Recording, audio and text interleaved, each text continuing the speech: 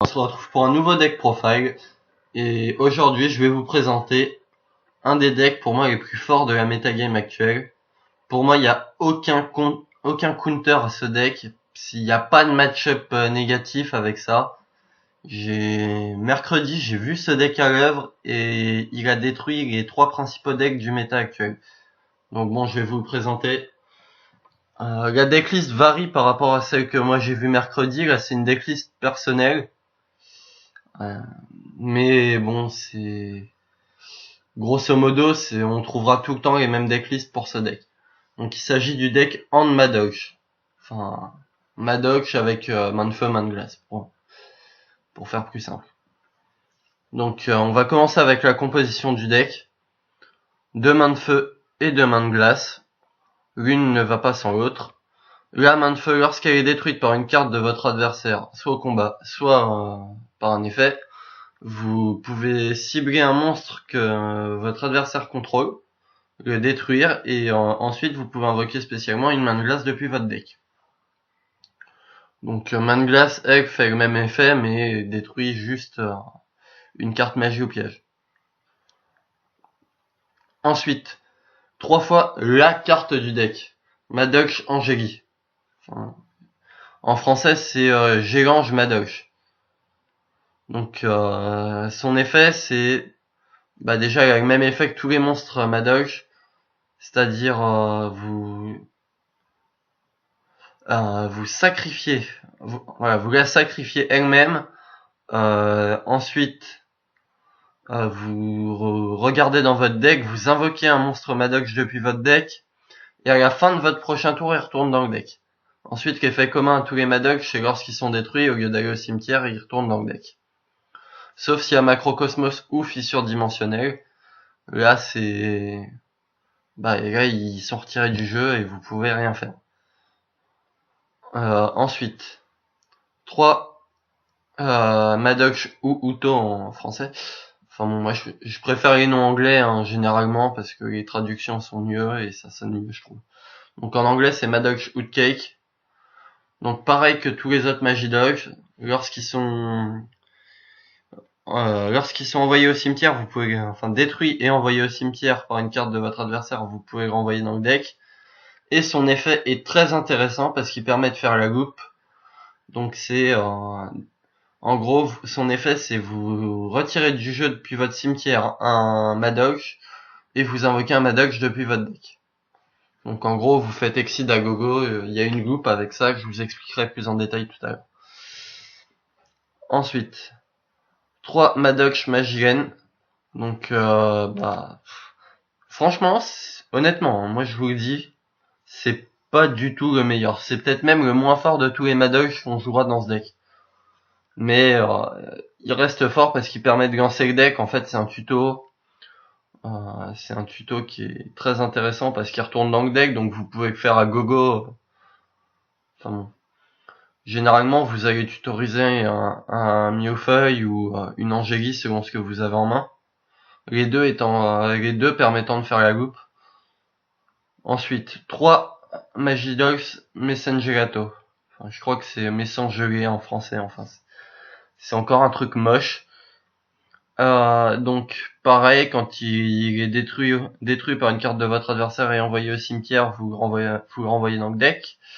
Et quand il est invoqué spécialement, vous ajoutez une carte magie ou piège Madoc depuis votre deck à votre main. Et ensuite, Madoc Millefeuille, un monstre très très fort. Lorsqu'il est invoqué normalement, vous pouvez invoquer spécialement un Madoc depuis votre main. Donc en fait, il y a une loupe avec Millefeuille Angélie en main. Si votre adversaire a 2 cartes ou moins sur le terrain, vous lui faites un OTK, et c'est plaçable à partir de votre premier tour. Donc si c'est lui qui commence, en fait, vous le tuez tour 1. Vous invoquez Millefeuille. Par son effet, vous invoquez Angélie. Vous sacrifiez Angélie, vous ramenez Hootcake. Vous faites l'effet d'Hootcake, vous bannissez Angélie, vous invoquez Messengerato. Donc Voilà. Avec Messengerato, vous allez chercher le ticket Magidogs, que j'expliquerai son effet plus tard. Mais en gros, quand il y a une carte qui est renvoyée dans le deck ou dans votre main, vous ajoutez un Madog depuis votre deck à votre main. Et si vous contrôlez un monstre faible, vous pouvez invoquer spécialement ce Madog au lieu de l'ajouter à votre main. Donc, Messengerato, vous ajoutez ticket. Effet de donc vous faites une exide avec Outcake et Miofeuille, vous faites rivière. Effet de rivière, vous réinvoquez depuis votre zone bannie Angélie. Vous faites une exide avec Angélie et Messengerato. Donc vous faites Reine Tiramisu. Donc après vous activez son effet Reine Tiramisu, vous détachez un matériel exide de Tiramisu, vous renvoyez 2 Madoc depuis votre cimetière dans le deck ou dans votre main si vous avez le château, et là c'est encore plus fort. Donc et vous renvoyez 2 cartes sur le terrain de votre adversaire dans son deck aussi.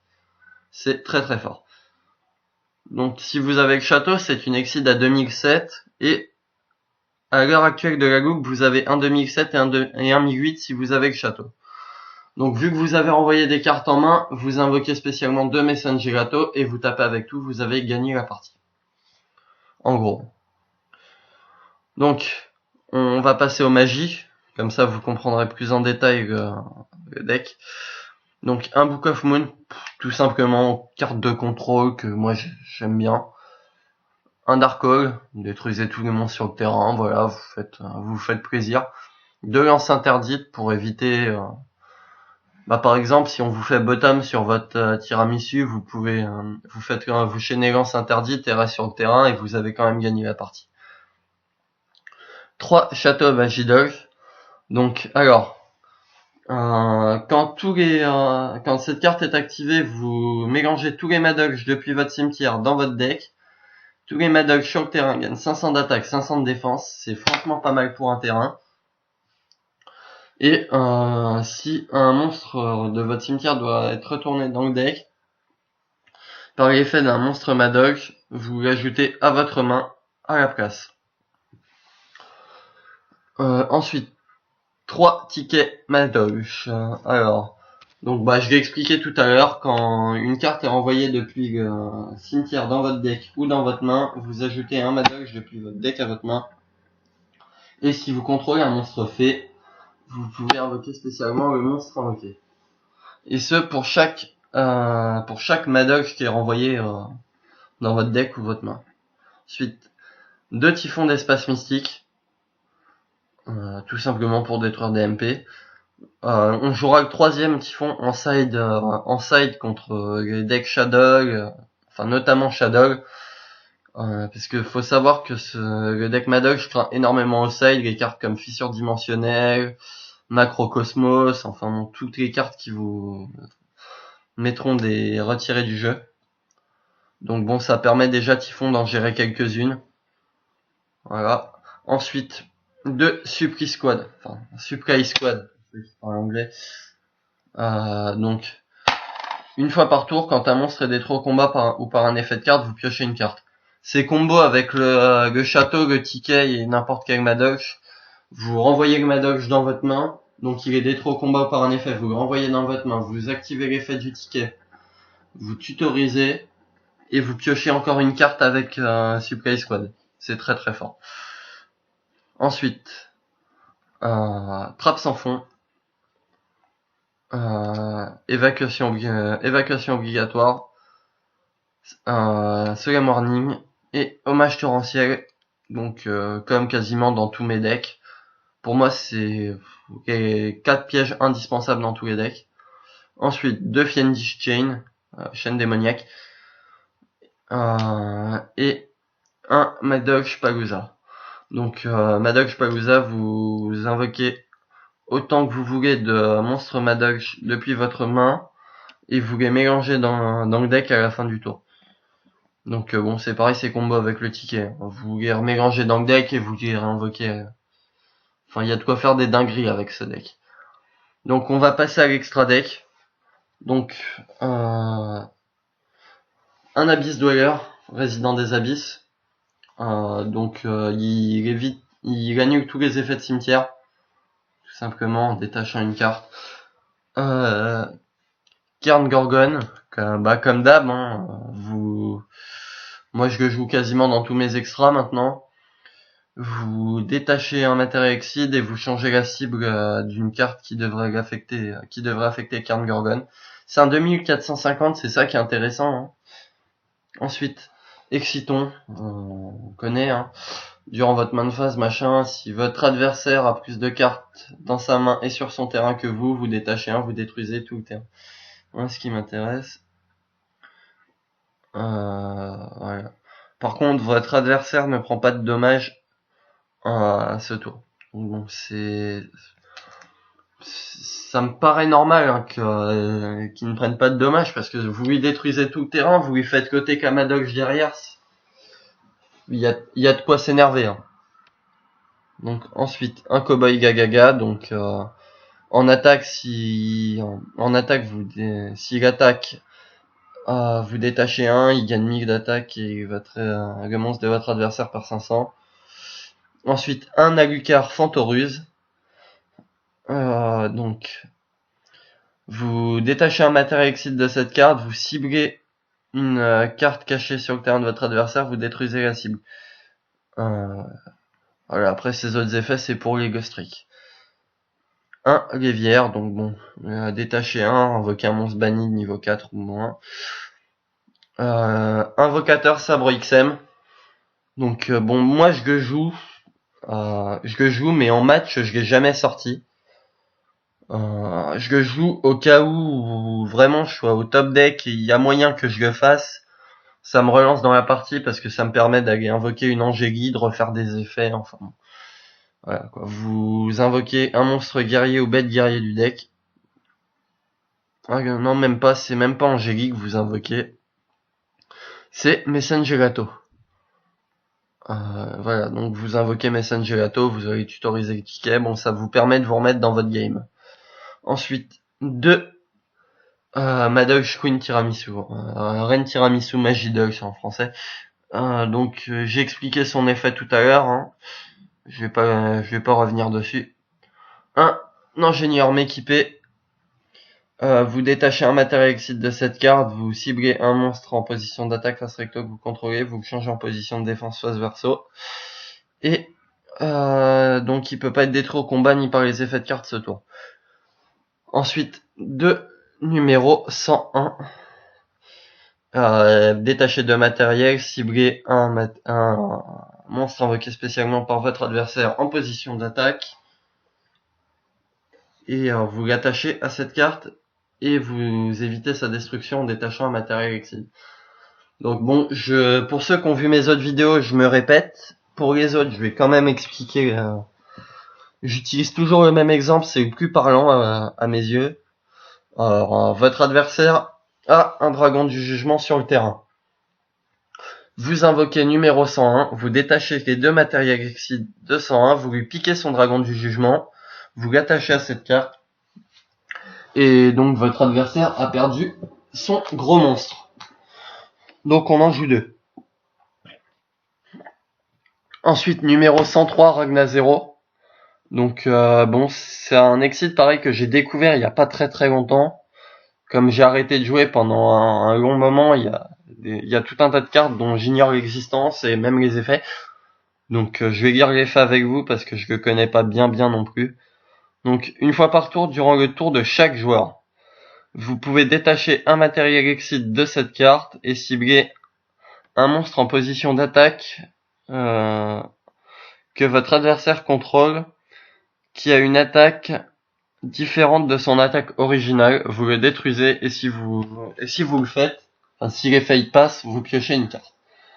En gros, c'est un Black Sheep sauf qu'il vous fait piocher une carte. Donc, quand on parlait de Black Sheep, le voici. Vous détachez un, vous détruisez un monstre à moins de 2100 d'attaque et vous infligez 1000 à votre adversaire. Seulement Black Sheep ne peut pas attaquer ce tour-ci. Et le monstre, enfin l'Exceed de temporisation par excellence. Donc c'est Zenmain Automate. S'il doit être détruit, vous détachez un matériel illicite de cette carte et en fait, en fin de tour, une fois par tour, à la fin du tour, s'il y a un matériel qui a été détaché de Zenmain, vous ciblez une carte sur le terrain, vous la détruisez. Donc en gros, ce deck est très très fort.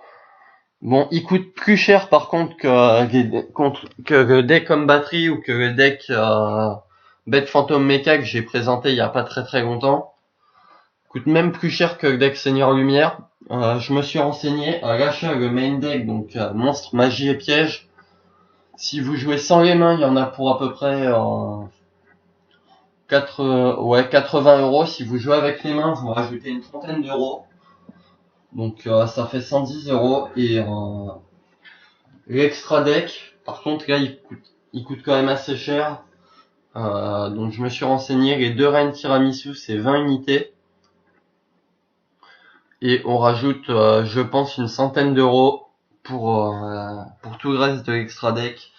Mais après, hormis Résident des Abysses, c'est des cartes qui ont été rééditées ou des rares ou des super de Tinbox, enfin bon.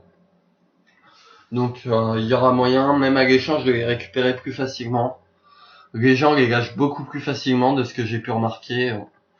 Moi personnellement avant j'avais pas les moyens de me payer un Exciton, un 101, même un Dracosac, hein. J'avais décidé de jouer Seigneur Lumière, je savais qu'il fallait que j'investisse dans un Dracosac.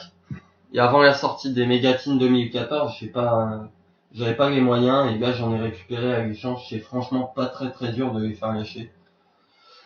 Donc vous pourrez quand même le récupérer facilement. La carte du deck la plus dure à trouver, c'est Madoc Angeli. C'est une ultra rare et elle est cotée à peu près 20 unités. Entre 15 et 20 donc. Mais bon, le deck n'étant pas très très joué, ouais, il est pas très très joué, hein. Enfin, maintenant, il n'est plus très très joué. Vous devriez pouvoir en trouver à l'échange. Sachant que, selon moi, c'est un deck qui ne prendra pas la banlist d'octobre. Pourquoi? Donc déjà, nous en Europe, on en voit très très peu. Et il faut savoir que les banlists sont faites surtout par rapport aux résultats de tournois en ECG, c'est-à-dire au Japon. Et en ECG, les decks qui gagnent souvent, c'est Clifford et Hero, c'est les deux decks qu'on retrouve en top 16 ou autre, donc je vais vous montrer. Donc je vais vous montrer par exemple que un des tops sur un tournoi japonais, je vais vous montrer les decks qui ont fait top. Tiens, le site a changé. Donc par exemple un tournoi hebdomadaire aux Philippines. Donc voilà, le gagnant, donc il joue Clifford, le deuxième joue Clifford, le troisième joue Hero. Ah non, excusez-moi, c'est pas les mêmes tournois, donc c'est plusieurs tournois différents où on vous présente à chaque fois les decks des gagnants. Donc sur ce tournoi-là, c'est un Clifford qui a gagné, celui-là c'est un Clifford, un Hero et un Tegar Knight Star Seraph. Donc vous voyez la méta japonaise, enfin la méta OCG est très différente de la nôtre. Je vais essayer de trouver un autre tournoi où je pourrais vous montrer. Donc voilà par exemple. Voilà. Les decks qui gagnent au Japon. Donc Rabbit et Vigswarm. Bon, c'est un vieux deck qu'on voit plus très très souvent. Ensuite Star Seraph, Shadow, Seraph Hero, Hero Masqué, Shadow, Clifford, Seraph Shadow. Vous voyez donc bon la méta est pas très diversifiée là-bas et on voit plus de Magidogs. Donc je vous conseille vivement d'investir sur ce deck, donc qui vous permettra de faire des résultats en tournoi en fait. Si vous maîtrisez vraiment le deck, vous ferez des résultats en tournoi sans problème. Moi, j'ai un bon pote à moi qui a fait un tournoi mercredi avec un deck Magidox, il a gagné. Et pourtant, il y avait du Shadow et du Taylor Knight. Il n'y avait pas de Burning Abyss par contre. J'aimerais bien voir ce que Magidox ça vaut contre Burning Abyss, mais sachez qu'il a battu un Satellar Knight, un Mermaid Abyss pour ceux qui ne connaissent pas trop. Bon, c'est un ancien deck du méta, il a gagné le dernier CDF. Il a gagné l'avant-dernier CDF, je sais plus s'il a fait du résultat. Il me semble qu'il a fait du résultat au dernier CDF. Enfin bon, c'est un deck qui est quand même assez fort. Moins qu'à une certaine époque quand même, mais il reste fort.